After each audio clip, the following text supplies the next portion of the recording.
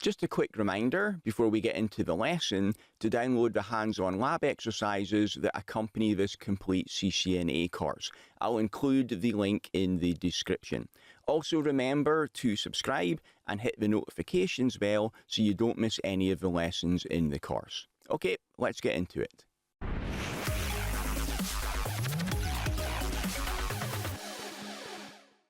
In this lecture, we're going to carry on with our subnetting theme, and by the end of the lecture, you will be able to carry out a variable length subnet mask design for a real-world network topology. Now, it's only a small network in the example that we're going to work through, but you can apply the same things that you're going to learn here to larger networks in the real world. The slide that you see here is the same slide that you saw at the end of the last lecture, where we explained that back in the day with early routing protocols, whenever you did subnetting, each of the subnets had to be exactly the same size. So if you had one subnet that was a /28, for example, they all had to be a /28. You couldn't mix and match /27, /28, /29 within the same larger network. But that ended up wasting a lot of addresses, so with later routing protocols, they did have support for variable length subnet masks, and now we can mix and match the size of our subnets within that greater network. And we're going to work through an example here. The things that we need to consider when we're going to do the design are how many different locations do we have in the network that are going to need subnets, and how many hosts are going to be in each of those subnets. What are the IP addressing requirements for each of the different locations? So should different departments or types of hosts be in different subnets? For example, you might have one office, but within that office, maybe you've got a sales department, a research and development department, and an accounting department, and you want the accounting department to be secured from different departments. Well, in that case, you would definitely put it in its own separate subnet. Because different subnets, we have to route between them at a router, it's easy to secure them at the layer 3 level based on their IP address. And the last question here, what size is appropriate for each subnet? We don't want to waste addresses, but we want to leave some room for growth. So we need to have a bit of a balance here. Don't make it too big, we're wasting addresses, but don't make it too small that we're going to run out of addresses and I'm going to have to do a redesign later. That would just be giving ourselves a big headache. So for our example, this is our network topology diagram. We've got an organization, they've got an office in New York and a branch office in Boston. New York is their headquarters, and they've got 28 hosts in the engineering department and 14 hosts in sales. In Boston, they've also got engineering and sales. They've got 28 in engineering, the same as in New York, and they've only got 7 hosts in the sales department.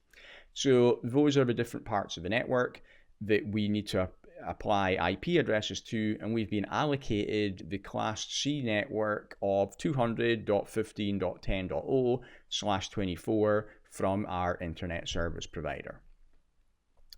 Another thing that we need to do is don't forget about our point-to-point links between the routers. They need to have connectivity between each other, so they're going to need IP addresses too. It's a point-to-point link, so we've just got 2 host IP addresses there. The outside interface on the New York router is connected to the outside interface on the Boston router.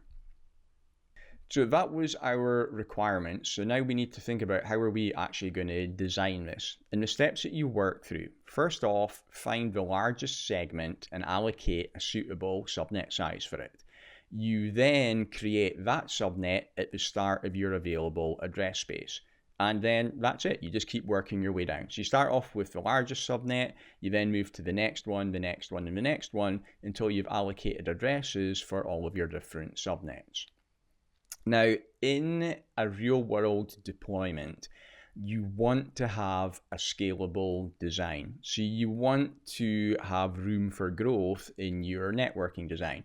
So let's say that I've got a subnet that has got 14 hosts on there. Well, you know that one of our subnet sizes is exactly for 14 hosts. Don't give the subnet that size, because maybe in a few weeks' time, a couple of extra people are going to join the department, and now how are you going to fix that problem? So make the subnet size big enough that it's going to be able to grow.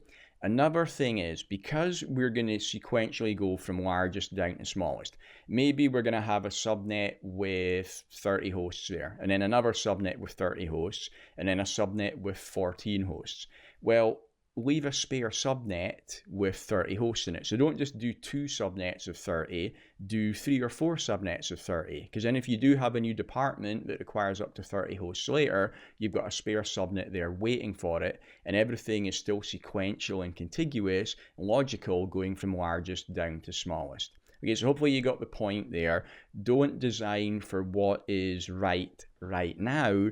Design for what is going to be the best fit in the future. Leave some scalability there, leave some room for growth.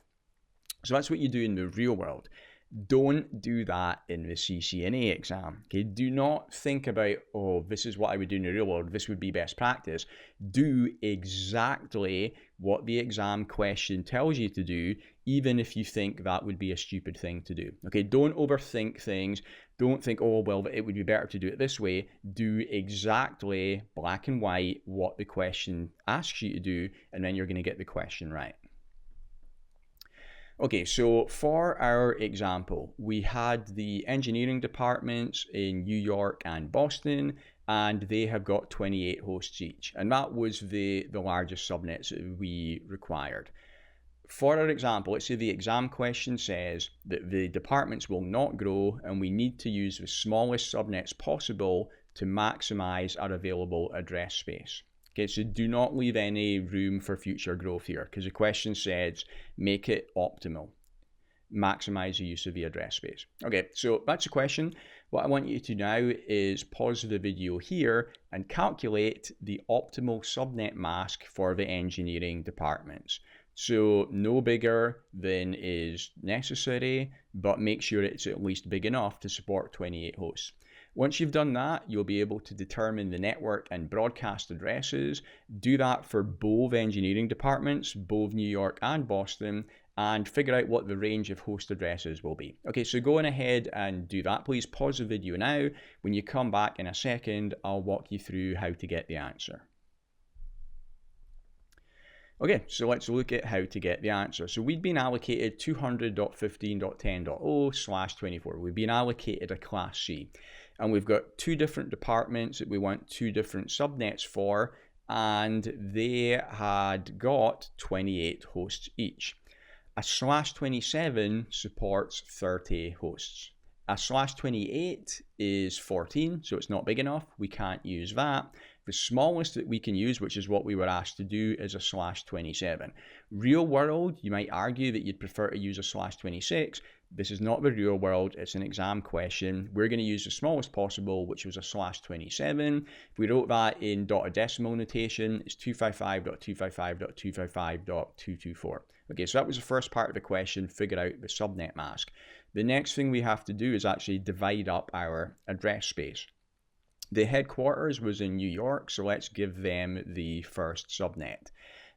So the network address is going to be 200.15.10.0/27.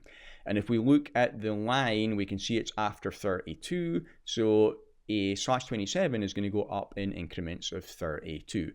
So the next network address is going to be 200.15.10.32, which means that the first subnet's broadcast address is going to be one less than that. It's going to be 200.15.10.31.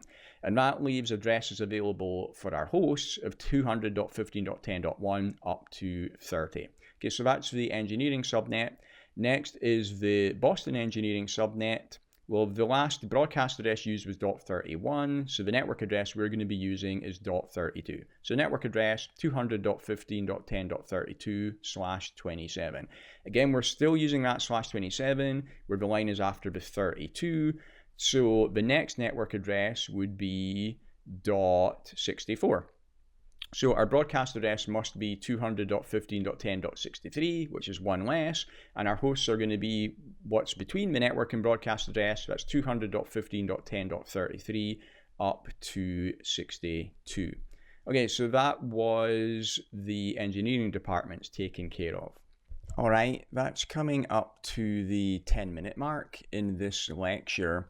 So if you want to take a break, now's a good time to go and stretch your legs. When I see you back here for part 2, we'll go through the subnetting for the rest of the departments. Thanks for watching. If you'd like to get the complete course ad-free right now, then you can enroll in my CCNA Gold Bootcamp by clicking the link above my head or in the description. It also includes full study notes, quizzes, and 150 pages of additional troubleshooting labs you can't find anywhere else.